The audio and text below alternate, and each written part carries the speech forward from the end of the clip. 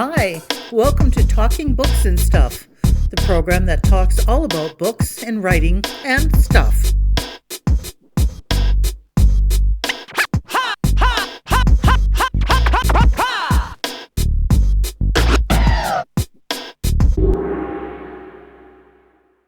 Here's your host, Dennis Rimmer. Welcome back to another edition of Talking Books and Writing and Stuff, your favorite podcast, I hope.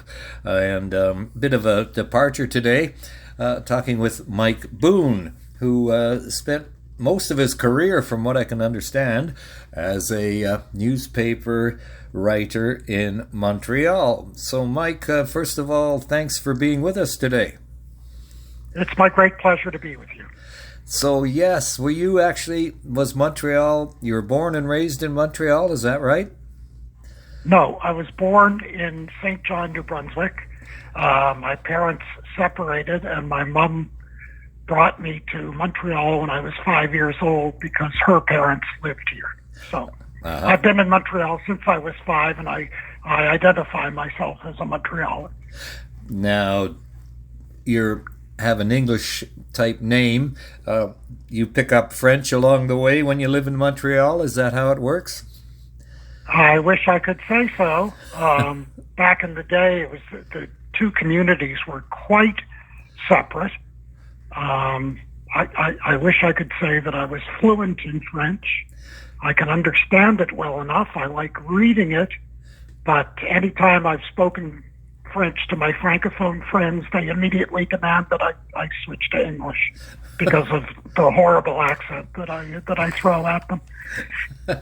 Yes, I'm the opposite. I guess I can read it a bit, but I can't understand it. The ear doesn't pick it up. The ear doesn't. Well, unless see, this is a bit of a slur, I guess. But if I'm listening to a program from France, I can maybe pick up the French, but sorry, not from Quebec at all. It just it doesn't do anything for me at all. So yeah, Quebec has its own style. Right, it's sort of like it's kind of hard to follow. It's sort of like Cockney English, you know. You kind of know what it is, but you gotta guess as you go along. So you worked in Where was your first newspaper job? Montreal Star in 1974, and I was 26 years old. And what did you do up to then? I did a little bit of everything. I had an English literature degree from McGill, and that qualified me to do absolutely nothing. So I did a little bit of this and that. I did some proofreading. I was working for a publishing company that published legal texts. And I was a proofreader there. Then I ran the proofreading department. And a guy named Pat Hickey, who's a sports writer and sports columnist in Montreal, remembered me as a sports writer at the McGill Daily when I was in university. No. And he tracked me down when I was 26 years old and offered me a job at the Star. So that changed my life and changed it quite favorably, I might say. Well, Mike, Pat Hickey's still active, isn't he? He is. Not too often. He appears now and again writing about hockey or tennis, but not too often. He's kind of he's not a regular at the Gazette anymore. Okay, well, I remember that name. I think Vancouver Sun comes to mind. So, okay, because I grew up on the West Coast and I read the Vancouver Sun, delivered the Vancouver Sun and read it vociferously, and I still try to read newspapers. We'll get into the newspaper story after that. So all of a sudden, you're 26 years old, it's 1974, you're a sports writer at the Montreal Star. Did you have a specific beat? I did. College sports. So I covered basketball and hockey. And that was quite, I found it interesting. I think some Star readers liked it as well. So I covered McGill and what was then Sir George Williams and what was then Loyola. and Sir George Williams and Loyola merged and created Concordia University. So I covered them for did I cover them? Yeah, I covered them 4 years or so. And then I also was a supplemental reporter for Bob Dunn, who covered the Expos at the time. So, I did a few games that Bob Dunn either took some time off or didn't feel like covering. And then when the Star went on strike for quite some time, the printers went on strike, and that lasted, I'm thinking 8 months or so. And Bob was young and had kids, and he departed. He needed a regular salary. So he became a radio reporter at CJAD in Montreal. And then when the paper finally came to life again and the strike was settled, I became the regular baseball reporter, which I did. I covered the Expos for a season before the paper folded. Paper folded when I was in Pittsburgh covering the pennant race. Oh no! Got a phone call saying, "Don't bother covering tonight's game. The paper is dead." The paper's dead. Now, Bob Dunn, did he go to the Windsor Star or the Windsor paper? No. I'm trying to think where Bob went. Bob worked on radio in Montreal for quite some time. Okay. And then I don't remember where he went after that, but I think he lives in the West Coast now, if I'm not mistaken. Well, I guess I mixed up with somebody else because there's a Windsor, I don't know, maybe it's from the Hockey News where there would be stories about Detroit and Windsor Star and Windsor Spitfires or whoever they are from there. So covering university sports, I think in Canada we give university sports such a short shrift that it's almost embarrassing. Yeah, well, it is these days, but it was my regular beat at the Star, and I really enjoyed it. I got along with some of the athletes and some of the coaches, and kind of learned how to do it, because I was hired. It was 5 years after I'd written for the McGill Daily. I hadn't written a damn thing at that point. And all of a sudden, I'm a journalist. So covering college sports was kind of, I was able to teach myself how to do it. And Pat was a good boss for a little while, but then he departed. He was married to an actress who wasn't getting any work in Montreal. So she wanted to work in Toronto, and off they went. So the guy who hired me flew off to Toronto, and I had new bosses at the Star, but it was fine. But, I was respected by what I was doing, and it worked well until the paper folded. And the paper, that must be I've worked in radio most of my life. I've never worked with a radio station that folded, but newspapers, they seem to just, that's it, overnight. There you are, gone. So it's crazy business. Now, are there any English language daily newspapers in Montreal anymore? Yes, the Gazette. The Gazette is hanging in there. Okay. Yeah. And it prints a print edition, does it? It does, as well as an online edition.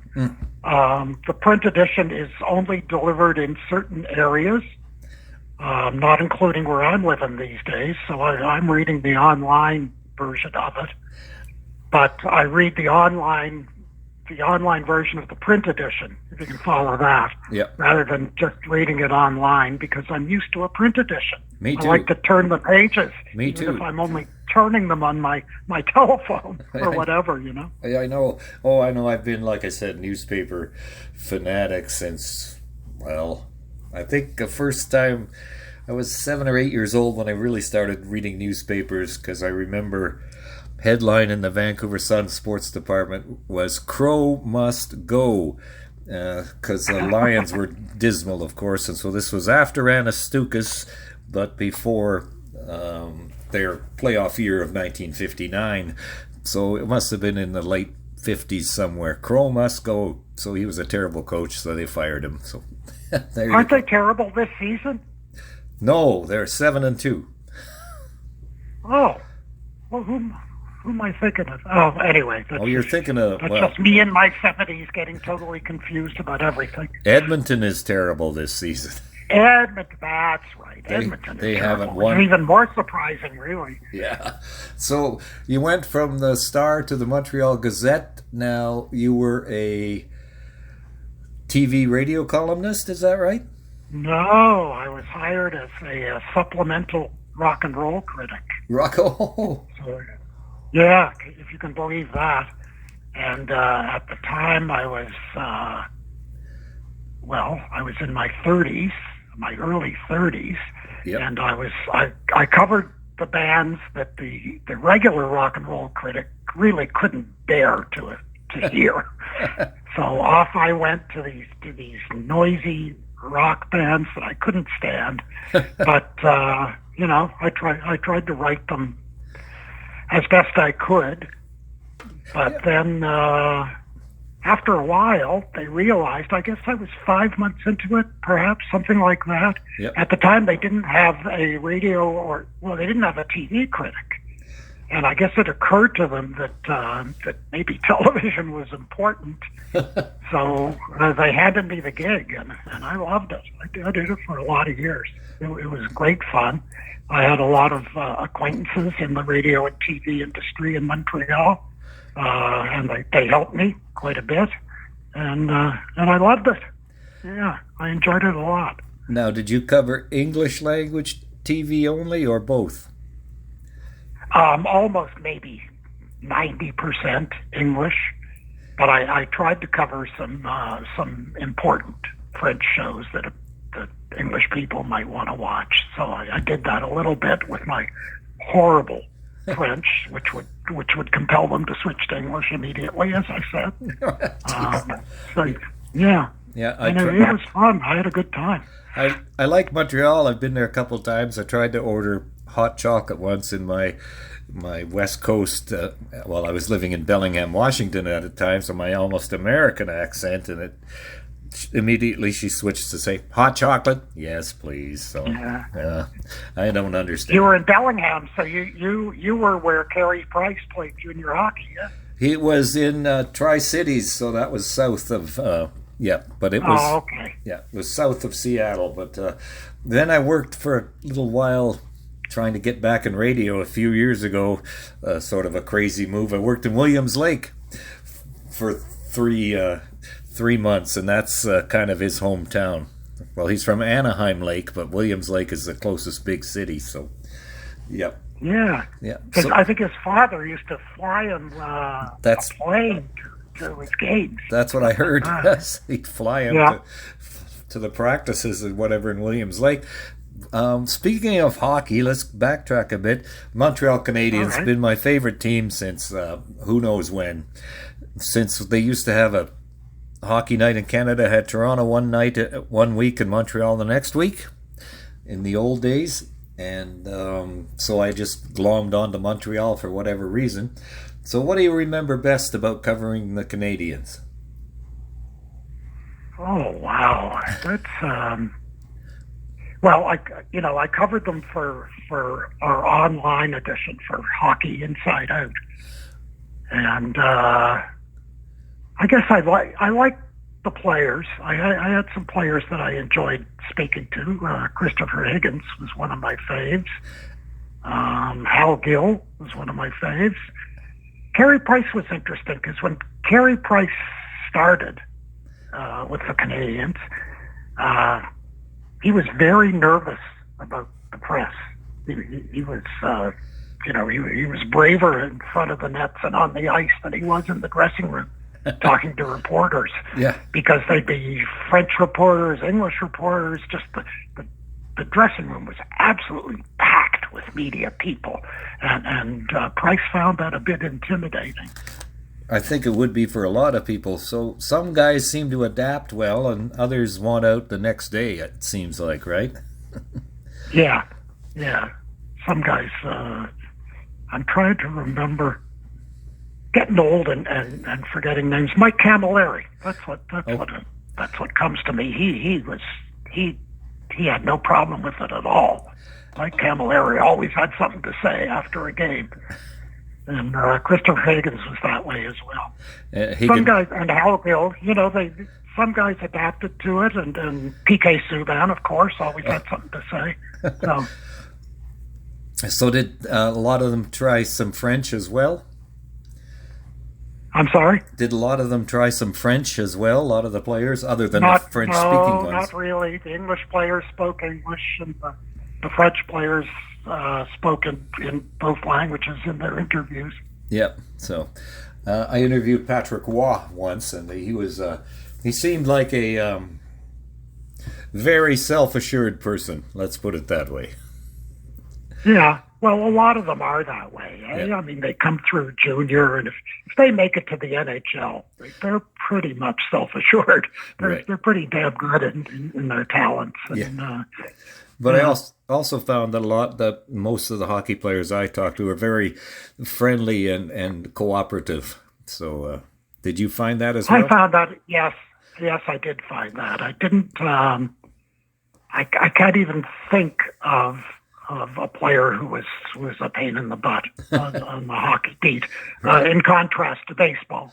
Baseball. Now, those guys, they're kind of different, aren't they? I remember... They are. Well, they're Americans, eh? What can you say about that? What can you say? And let's see, if I talked to... I did a few interviews with baseball players, but not a lot. So I've got a book in front of me. It's called Toe Blake, Winning is Everything, by Paul Logothetis. Are you familiar with that one? I am not. Uh-huh. So apparently he, let's see, the guy lived next door to him. So Paul, I've been trying to interview the guy for years, but as soon as we got connected, COVID hit, and he was a nurse, or is a nurse.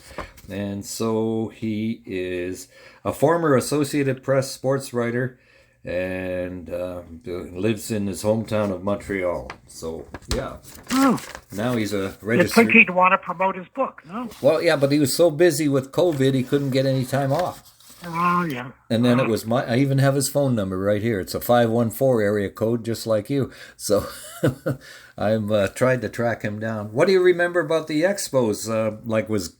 Were you there for Gary Carter time or Larry Walker time? I was indeed, yeah. Larry Walker and Steve Rogers and Warren Cromartie and Ellis Valentine and Dave Cash, Chris Spire.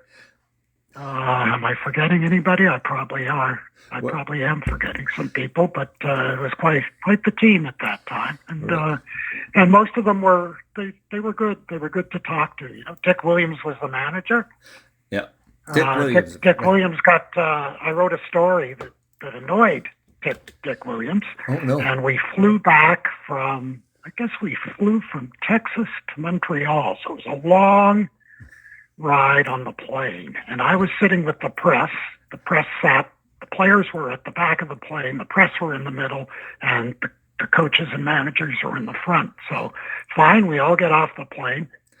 Dick Williams went after me in the airport. He had to be restrained by one of the coaches because of the story I wrote about him. Yeah. They get kind of violent, some of those guys, don't they? Yeah. I was actually, I was hoping he would hit me because then I could sue and I could retire for all the money he'd have to give me. But So, Expos you covered, Montreal Canadiens you covered. Did you ever get to the Alouettes at all? I did. Well, in my final period, when I was combining my city column and the hockey blog. And they told me that I had to make my choice. If I was going to continue to do the hockey blog, I had to switch to the sports department and give up my city column. So I did that. But I didn't enjoy. I liked writing about hockey in the sports department, but I was not remotely interested in anything else, really, including the CFL. At the time, people who are listening to this are going to hate me for this, but I was a big NFL fan and a totally CFL fan, you know. Ooh. second and 8. Can you imagine what they're going to do? Wow. Maybe they're going to throw. Wow. So then they offered, they want to reduce the staff at the Gazette. So I asked them to release me, and they paid me full salary for, I think about a year and a half or something like that. And I continued to do the hockey blog, as they would pay me for that as well. So I was happy, at that point. As I say, I wasn't crazy about being a sports writer about any sport except hockey. So it was cool. Yep. I was fine. I'd had it at that point. And now I write a monthly column about life in the 70s. Right. Now, yes, that's where I first ran into you, as it were. It actually used to be a weekly column, wasn't it? No, I don't believe so. It's always been a monthly. Always been a monthly. I think. Okay. Yeah. I get it. Yeah, it's because the Star Phoenix here print. Okay, once 1 week it's one person and life 90s, 80s, 70s, yep. and 60s. Right. Yeah. Each week. Yep. Yeah. So you're the 70s guy. Okay. Well, that's I'm good. the 70s guy. And you talked once about just recently about a car. Which one? Toyota or? Yeah. Oh, there you go. So you still drive a Toyota? I still do. But I keep buying the lottery tickets so I can get a Mercedes-Benz. Oh, okay. Would you ever get... That's my aspiration. Well, that's a good one to have. Do you ever want an electric car?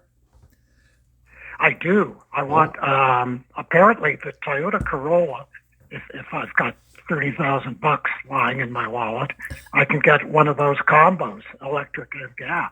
So I wouldn't mind that at all. But I'm getting old. I think I'm gonna drive my Corolla into the ground. Might as well. And my partner is 5 years younger, so she could drive me around to the places I have to go, such as clinics. Right. So just before we kind of wrap up here, a couple more questions. But first of all, I remember you wrote about George Balkan. Oh, I did. Yeah, I did a big feature. I had to, he was the morning guy on CJD in Montreal. He was the king of English radio at the time, his morning show. Right. And I did a feature where I went to his house to start his day. Uh-huh. So there I was at his house at 5 o'clock in the morning watching George shave. Oh, geez. And then I spent the morning with him doing his show. George was a really, considering that when I was writing about radio and TV, I took a few shots at George. I took a lot of shots at private radio because I was big CBC, an old socialist, and in favor of public broadcasting.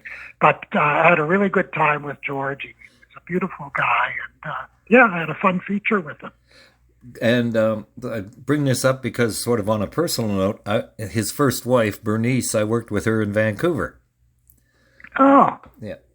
And actually, we carried on a relationship for a few years, but that was that and then, and this is now. But yes, it was, I really liked her, but she kind of got out of Montreal as quick as she could, I guess, after the breakup. I don't know. So that's the way it goes these days. What can you say? Was she a Westerner? A native Westerner? She came from Winnipeg, same as George. So yeah. I think so. You want to get out of Montreal if you're in those circumstances, unless you have a gig or something. Yeah. Right. Oh, well, that's beside the point. So, what are you doing now? You've got your monthly column. Do you do the hockey? Yeah. Do you do the blog anymore? Nope. I was doing it until I think 2 or 3 years ago, and then I've had some health issues, and that knocked me out of my blog right at the beginning of the season. So at that point, I was in the hospital for a while, and I said, I can't go back to doing this. Can't do this anymore. So yeah, I can't be covering the Canadians playing in California at 3 o'clock in the morning. Right. Yes, the West Coast time difference, it makes a big influence on Eastern coverage. So, well, that's especially when I'm writing about last night until all hours. So it was too crazy for me. Too crazy. Okay, well, one more quick question. Sure. You've got what kind of hobbies do you have other than your monthly column? Wow. Hobbies, eh? Well, I'm on my phone all the time. I'm on Facebook. I take long walks. My partner compels me to take long walks with our 2 dogs. Yep. Hobbies. Wow. You've stumped me, man. Oh, well. I thought I'd ask. I'm hanging in. That's my hobby. That's your still hobby. Breathing. Yep. Is that a good hobby? Yeah. I talked to a friend of mine the other day while walking my dog, and I said, "What are you up to?" And he said, "Staying alive." So. Yeah, that's it. This side of the earth, right? Right. Yep. Trying not to die. Oh, well. Yeah. Okay. Well, we'll look forward to It's Life in the 70s by Mike Boone, and it's in what, the Post Media chain, right? Yep. Yep. Okay. Once a month. Once a month. Look for Mike Boone. And Mike, again, thank you very much for your time with us today, and continued good luck and good health. My great pleasure to speak to you. Thank you for visiting with us today. This is Talking Books and Stuff with Dennis Rimmer. Contact him at dennis@talkingbooks.tk. Thank you, and may all the good news be yours. Oh, and don't forget to check out his book, The Great Canadian Notebook, available across Canada and at amazon.ca.